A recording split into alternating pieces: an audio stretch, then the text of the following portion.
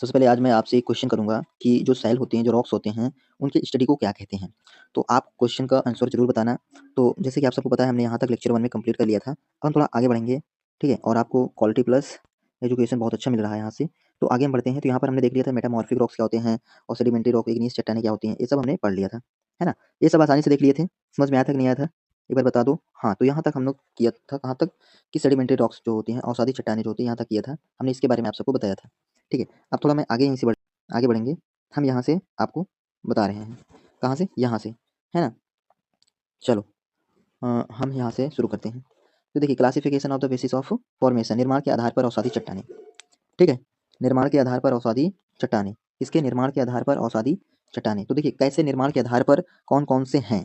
देखिए एक mechanically form होगा, एक केमिकली फॉर्म होगा, एक ऑर्गेनिकली फॉर्म होगा। कहने का मतलब एक यांत्रिक रूप से निर्मित होंगे, एक रासायनिक रूप से और एक कार्बनिक रूप से निर्मित होंगे। तो देखिए उदाहरण देखते हैं कैसे यांत्रिक रूप से, क्या है? देखिए जैसे बहता जल, पवन, सागरीय धाराएँ। देखिए सेडिमेंट्री रॉक्स जो होते हैं, क्या होता है कि इनका क्या होगा, परत दर परत चढ़ती हैं, है ना? ये कोई ज़मीन होगी, कोई हाँ, कोई ज़मीन का एक टुकड़ा मान लो और इस पर क्या होगा, परतदार परत ऐसे चढ़ती जाएँगी। ये होती हैं सेडिमेंट्री रॉक्स, है ना? तो क्या होगा, जब बहता जल होगा तो जल क्या होता है, अपने साथ किसको, मिट्टी को बहा कर लाता है और मिट्टी को बहा कर लाता है तो क्या हो जाता है, ये उसके ऊपर एक लेयर बना देता है। समझ रहे हो? उसके ऊपर एक लेयर बना देता है। यहाँ तक क्लियर? ठीक है। चलो, तो देखिए हाँ, अब देखिए केमिकली फॉर्म देखिए, केमिकली फॉर्म कैसे होगा? देखिए जैसे कोल, है ना? चाल्क, ये इसके क्या है, उदाहरण हैं। ठीक है, ये रासायनिक निर्मित होते हैं। अब देखिए ऑर्गेनिकली कार्बनिक रूप से कैसे निर्मित होंगे? जैसे हैलाइटर, है ना? एक पोटास, जिप्सम, रॉक साल्ट, ठीक है?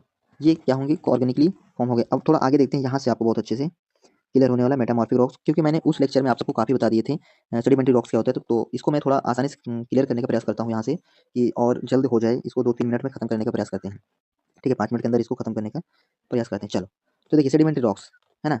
सेडिमेंट्री रॉक्स क्या? नहीं, सॉरी मेटामॉर्फिक रॉक्स है, राइट? हम पढ़ने वाले हैं मेटामॉर्फिक रॉक्स और मेटामॉर्फिक रॉक्स देखिए चेंज इन फॉर्म, रूप में परिवर्तन। हमने बताया था कि मेटामॉर्फिक रॉक्स जो होता है वो जैसे दाब ताप में परिवर्तन, तो ये लिखा है चेंज रूप में परिवर्तन, कैसे? दाब में परिवर्तन, ताप में परिवर्तन, है ना? जैसे कि देखो सन है, सन से क्या हुआ? ये कि ये सब्सटेंस एक टुकड़ा है। क्या है? एक सब्सटेंस एक टुकड़ा है, पृथ्वी का एक छोटा-सा मिट्टी का टुकड़ा है और इस पर जब सूर्य की रोशनी पड़ती है, क्या होता है? सूर्य की रोशनी पड़ती है तो क्या होगा? इसमें क्या होगा? इसमें दरारें पड़ जाते हैं, दर्रे पड़ जाते हैं, है ना? तो इसके क्या हो रहा है? ताप से रूप में परिवर्तन हो रहा है। दाब, अगर किसी दाब को देखो समझो, अगर मिट्टी के ऊपर दब दाब पड़ता है तब भी उसके रूप में परिवर्तन हो जाता है। समझ रहे हो? क्या होता है? तब भी उसके रूप में परिवर्तन हो जाता है, दाब पड़ता है तो। अब आगे थोड़ा आते हैं। ठीक, चलो, इग्नियस रॉक्स। हाँ, इग्नियस रॉक्स।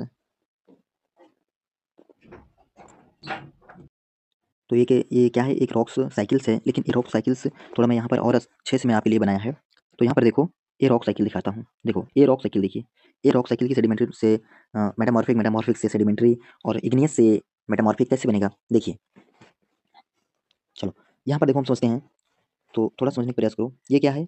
ये रूपांतरित चट्टान है ना? कहने का मतलब मेटामॉर्फिक रॉक से, और मेटामॉर्फिक राज जब उसमें डिपोज़िशन होता है ना? क्या होता है, डिपोज़िशन होता है तो क्या बनता है? इग्नियस चट्टान।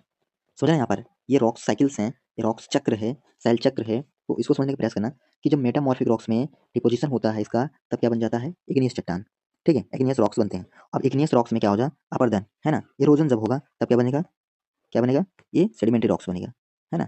क्या होगा? सेडिमेंट्री रॉक्स बनेगा, ठीक। अब आ जाओ, अब यही सेडिमेंट्री रॉक्स में क्या हो जाए? इसका डिपोज़िशन हो जाए, है ना? इसका अपक्षरण हो जाए, तब क्या बन जाएगा? इग्नियस चट्टान बनेगी।